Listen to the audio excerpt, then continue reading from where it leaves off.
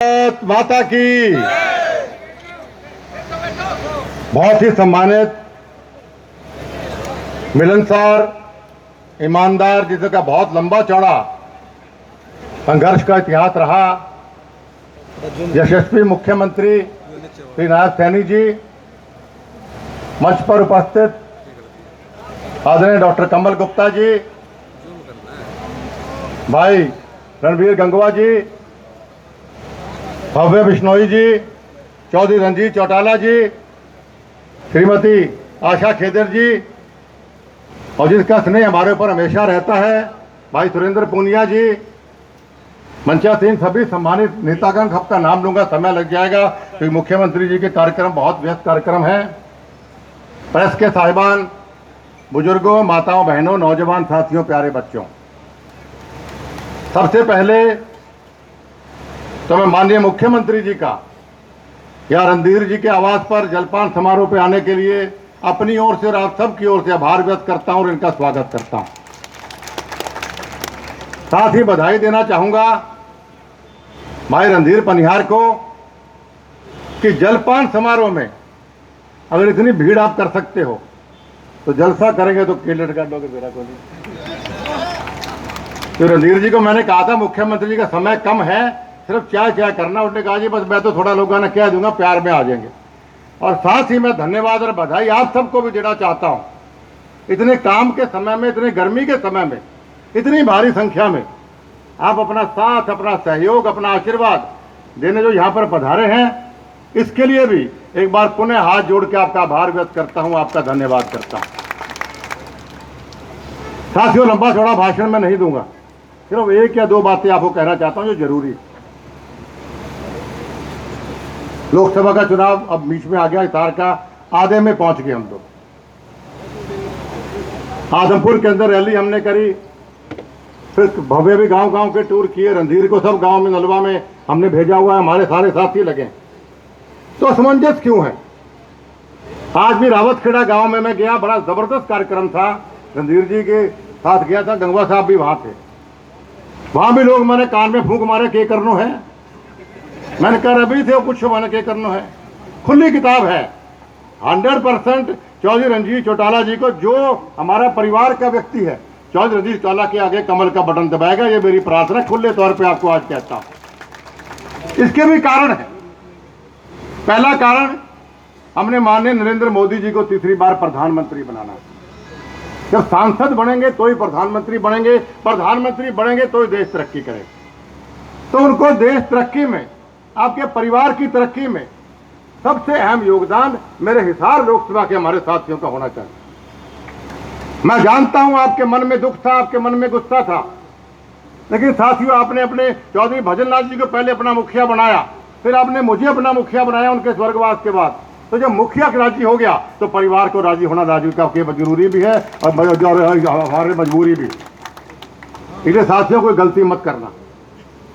एक तरफे वोट, जिस प्रकार हम चुनाव लड़ते हैं, आप गांव गांव जाके, घर घर जाके आप वोट की बात करते हो, वही बात आपने चौधरी रंजीत चौटाला जी के भी करनी है, तो ही उसमें मेरा मान बढ़ेगा, तो ही मेरी जीत है। वही आपकी सच्चा आशीर्वाद मैं अपने लिए और भव्य के लिए मानूंगा आपकी तरफ से। और दूसरा कारण, ये कांग्रेस पार्टी है। कोई कैसे, आप लोगों को जाके बताइए कि कोई कैसे कांग्रेस पार्टी को वोट दे सकता है? क्या आप लोग उनके घोटाले भूल गए? क्या दोबारा एक ऐसे लोगों को आप वोट देना, सत्ता देना चाहते हैं जिन लोगों ने सिवाय घोटालों के, सिवाय देश को लूटने के, सिवाय भ्रष्टाचार के, सिवाय अपना घर भरने के, जिन लोगों ने कोई और दूसरा काम नहीं किया? और प्रदेश में क्या भूपेंद्र सिंह हुड्डा की सरकार को भूल गए? ये किसान भाई, रणधीर बता रहे थे, किसान भाई कुछ बैठे, भू माफिया की सरकार आप लोग क्या करते थे? आए दिन किसानों की बेशकीमती जमीन ये उठा उठा के ये पूंजीपतियों को दिया करते थे। ऐसी डेढ़ भूल गए आप लोग? आपने कितने साथी मेरे साथ चंडीगढ़ लाठियां खाने गए थे, कितने साथ मेरे यहाँ से साथी ऐसी डेढ़ किसानों के हक में आप गुड़गांव पद यात्रा में मेरे साथ गए थे, सब साथी वहां मौजूद थे मेरे साथ। आप वो सारी लाठियां भूल गए? क्या वो सारा संघर्ष भूल गए? इन भ्रष्टाचारियों कैसे कोई वोट डाल सकता है? कितने मुकदमे भूपेंद्र सिंह हुड्डा भ्रष्टाचार के चल रहे, तो क्या भ्रष्टाचारी सरकार वापस लेके आना चाहते हैं? आज सोचने की बात है। अपने वोट की ताकत को आप समझिए, अपनी ताकत को समझिए। आपका वोट आपका और आपके परिवार का भविष्य बनाता है, उस भविष्य को समझिए। अब फिर वो कांग्रेस का कैंडिडेट जयप्रकाश भी को कैंडिडेट में भर्ती है, भरा है ना, हाथ बैठे हैं इसके ऊपर।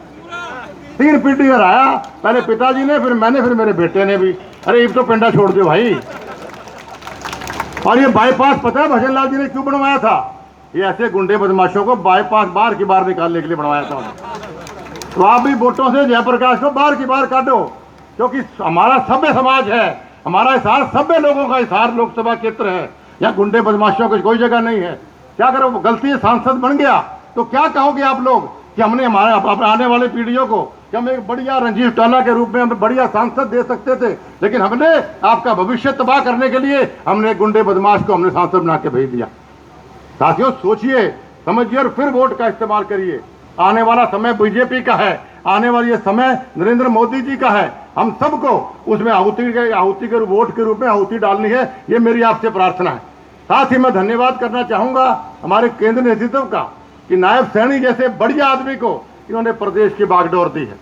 मैं तो बहुत लंबा इनके साथ मेरा साथ रहा, हमारा गठबंधन जब 3 साल रहा तो बहुत लंबा मेरा उनके साथ मिलना मेल जोड़ रहा। मिलनसार, काम करने वाले, जनता के बारे में सोचने वाले, आपकी भलाई के बारे में सोचने वाले, मैं नहीं समझता इससे बेहतर मुख्यमंत्री किसी प्रदेश को मिल सकता है। जो आदमी इतने जमीन जो व्यक्ति थी जमीन से उठ के यहाँ तक पहुंचा है, वो आपके दुख को सबसे हमसे ज्यादा समझ सकता है।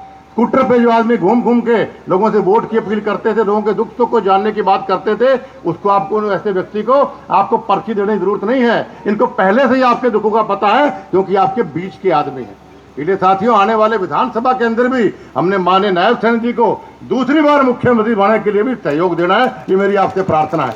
बोलना बहुत चाहता था, मेरा गला भी आज साथ नहीं दे रहा, और मुख्यमंत्री जी को भी आगे कई कार्यक्रमों में जाना है। एक बार पुनः साथियों, मेरी प्रार्थना है, किसी के बहकावे में नहीं आना, किसी फरेब में नहीं आना। जो व्यक्ति चौधरी भजन लाल जी को मन से सम्मान करता है, जो व्यक्ति मन से कुलदीप बिश्नोई से प्यार करता है, वो व्यक्ति आने वाली 25 तारीख को कमल के आगे बटन दबा के चौधरी रणजीत सिंह जी को यहाँ से कामयाब करेगा। एक बार पुनः मेरे संघर्ष के साथी मेरे भाई रणधीर जी का, जो हमें यहाँ बुलाकर जबरदस्त कार्यक्रम आयोजन किया, इनको बधाई देता हूँ। बड़ी मुश्किल से ऐसे सच्चे सुच्चे साथी मिलते हैं जो एक भाई से बढ़ के साथ देते हैं। मेरा अच्छा वक्त रहा हो, मेरा बुरा वक्त रहा हो, कैसा वक्त रहा हो, कितने लोग हमें अच्छे अच्छे छोड़ के चले गए, लेकिन भाई रणधीर का सिर्फ एक रहा कि जहाँ कुलदीप वहाँ मैं। तो मैं अपने आप को भाग्यवान मानता हूँ कि आज के युग में भी मुझे रणधीर जैसा भाई मिला। एक बार पुनः आप सब यहाँ पर पधारे, आपका बहुत बहुत धन्यवाद। नमस्कार, जय हिंद।